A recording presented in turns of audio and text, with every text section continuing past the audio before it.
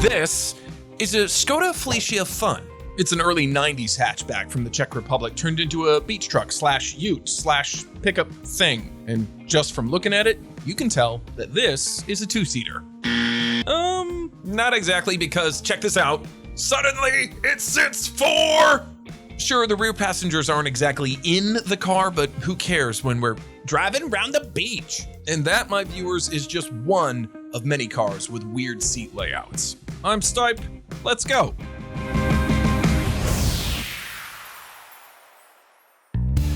Another pickup with the seats in the cargo bed is the Subaru Brat.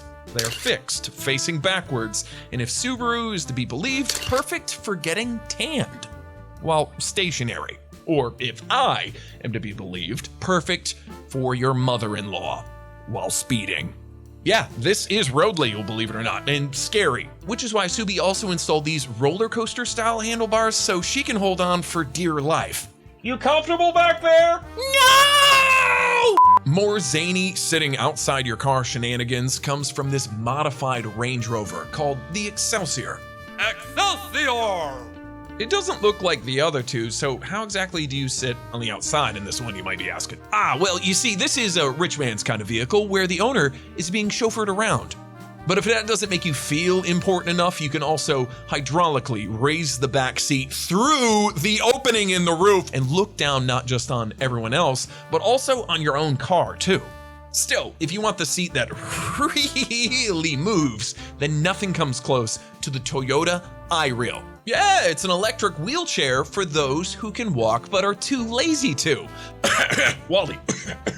And no, it's not exactly a car, but it's Toyota, so I thought it'd be interesting to mention it. Toyota aims to put the iRail on sale in 2010 for around £2,000. No, that didn't happen.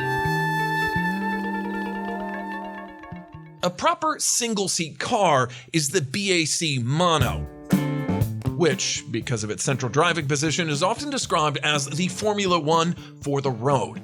However, it's hardly the only road-legal single-seater out there. Ferrari Monza SP1 is another, except because it's based on this fairly regular 812 coupe. Ferrari didn't even bother to move the seat to the center, so in the SP1, you sit on the side. Same with the Dodge Demon. Trying to make the Challenger do the quarter mile as fast as possible, Dodge decided to strip away its heavy interior and give you only one seat as standard. Sure, you can have the others put back in, but those are now an optional extra. Price, $1 whole. And if you want a passenger seat in a Ferrari, $1.8 million, which is how much the SP2 Monza cost. You either buy one or the other, or both. There's no, can I have another seat on the side? No! Lastly, I'd like to mention this little LCC rocket. It's the first road car from the same guy who brought us the McLaren F1. More about that later. And by the looks of it, it sits only one. However, pull this cover in behind, you'll find another seat? What? It's not exactly what you'd call roomy, especially in the legs department, but that's what you get with all the other inline tandem seating cars. There's the Zinger 21C, which chose this layout because a slimmer body is great for aerodynamics. Yeah, your cramped friend won't see much of the action, but look how easily we're piercing the air. What's going on, man? I can't see shit! Then there's the Renault Twizy, a really cool electric runabout. Messerschmitt, which is an airplane fuselage on wheels, made by a company known for their WW2 planes. And lastly, this road-going Apache helicopter called the Tramontana R. Damn, it's ugly. Some manufacturers try to get around this issue by offsetting the seats a little to the side. As long as the shoulders aren't rubbing, two people can be seated snugly in a rather narrow cabin, like with the Caparo T1. Sure, the seat is tighter than a nun's vagina, but it's something. The Volkswagen XL1 is more spacious since it's more in row than in line, and then there's the Ferrari F80. About that car, the engineers really wanted to make a single-seater, but the management kept repeating, it's a passenger car. We need a seat for the passenger. Fine, here. That's just a tub with a headrest. Que schifo.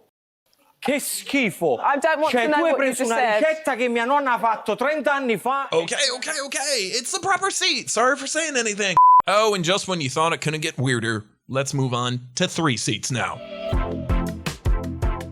With an odd number like that, it's clear that putting the driver's seat in the center is the right way to do it, right? This Ferrari 365P was the first to figure it out. You in the middle with the passengers on each side and a little bit to the back too. You know, less rubbing action in the cabin. Sadly, only 2 of these were ever made, so no one's ever heard of them or their 3 seats. Enter Matra, a French manufacturer who decided to give this seating arrangement idea to the masses. Kinda. With a development budget of just $3.50, this Matra Bagheera borrowed many parts from other cars, including the steering mechanism, and that meant the pedals and steering wheel are on the side, not the center. Womp womp womp. Yeah, you still get 3 seats, but those aren't much different than the 40-60 split benches we had in those land yachts from the 1950s. 7 years later, Matra tried again with the Moreira, but that one failed even harder, meaning that the public was still left oblivious to the possibilities of more practical sports cars. It actually took a Formula One designer, Gordon Murray, to finally spread the word with the first hypercar ever made, the McLaren F1. Ever heard of it?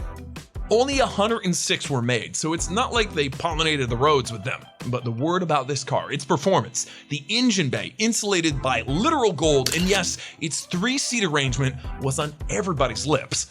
Decades later, the F1 would get 2 spiritual successors, the McLaren Speedtail and the GMA T50, both with the same cabin layout. But what about the others? Why aren't there more sports cars using this? It's not like the F1 was 3 lanes wide. In fact, it's a whole inch narrower than the Nissan 400Z. Additionally, it's 3 inches shorter, and the Nissan's engine is just half the size. So don't tell me there's no more room for 1 more seat in Z. Don't you know how many married guys would go for it? Look, honey, it's practical. In fact, such a Z would fit as many people as a Volvo XC90 Excellence or this Geely GE from China. Volvo swapped the front passenger seat for a shoe cabin / footrest / lounge media screen, while the Chinese, on the other hand, gave their fake Rolls a full-on throne in the back. I don't know, man. It may be luxurious, but it looks like solitary confinement to me.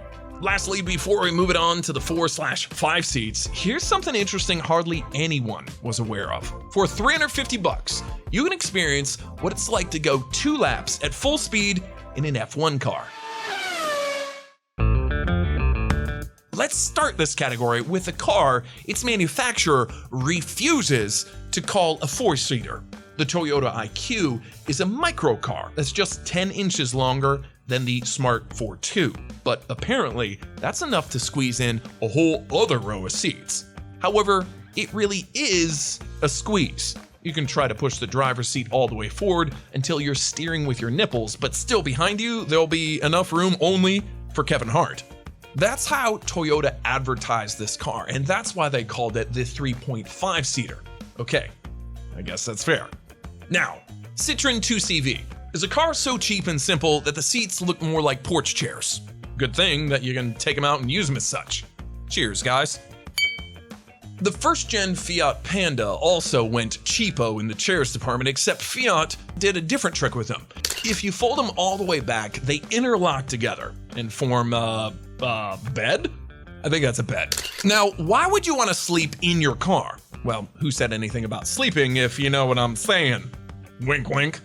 Honda leaned into the idea of not using a bed for sleeping even more, so when they gave their SMX K car much plushier seats for an even comfier bed, they also gave it a tissue holder and tinted black windows? Honda? If you didn't know, Japan has a serious issue with low birth rates, so this is their way, well, one of the ways of fighting it, I guess. Closing off the 4-seat section with 2 of the most luxurious cars of their time, Bugatti Royale and the Maybach Pullman.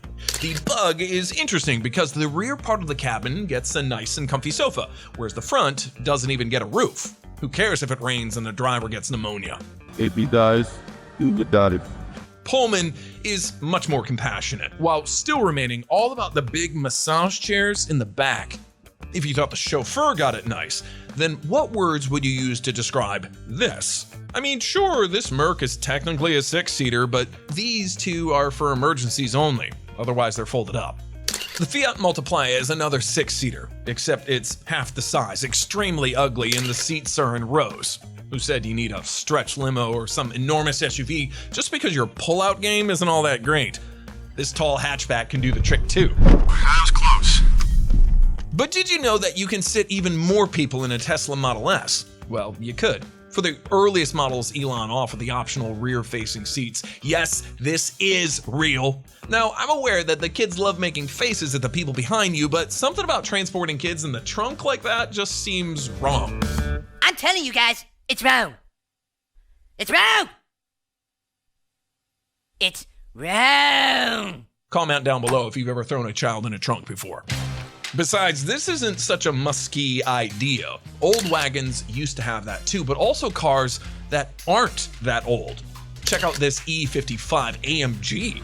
If there's something that could unstick today's kids from their screens, it'd be this Mad Merc. Honorable mentions goes to this Ford Country Squire with the trunk seats facing sideways and the Peugeot 505 family, which officially carries 8 people. That's more than Escalade, the extended version. Moving on with another old school idea, swivel seats. These were found in a bunch of Chrysler products from the early 60s, including this Dodge Royale. The idea was to make your entry and exit more dignified, or play chess or something with the people in the back. Now, these were all big cars, because you need a lot of room to rotate these chairs. Liar! Okay, sure, Renault managed to give their Clio car a swivel option, but that never caught on. What did catch on was when Renault first put such seats in their Espace minivan. Turn them around, turn them into a table, take them out. It was such a clever idea that minivans from almost all other manufacturers started copying it, even to this day. And now, to finish off the video, let's see some crazy concepts. Peugeot EX1, which bolted the seats to its rear hinge doors. Ford Aurora, which had a swivel seat, a wraparound couch in the back, as well as in its trunk. What the fuck? And lastly, the craziest thing probably ever, the Ital design Columbus. It's a V12 double-decker van with almost every seating idea I've mentioned so far. The main bridge has a swiveling captain's chair in the middle, flanked by 2 more for your Mr. Spock and McCoy, while the lower deck has 4 more seats, 2 of which can be rotated to face backwards. I don't know what they were snorting while coming up with this, but it must have been something strong. And that's the end of this video. Go watch something else now. I'll see you in the next one. Stipe out!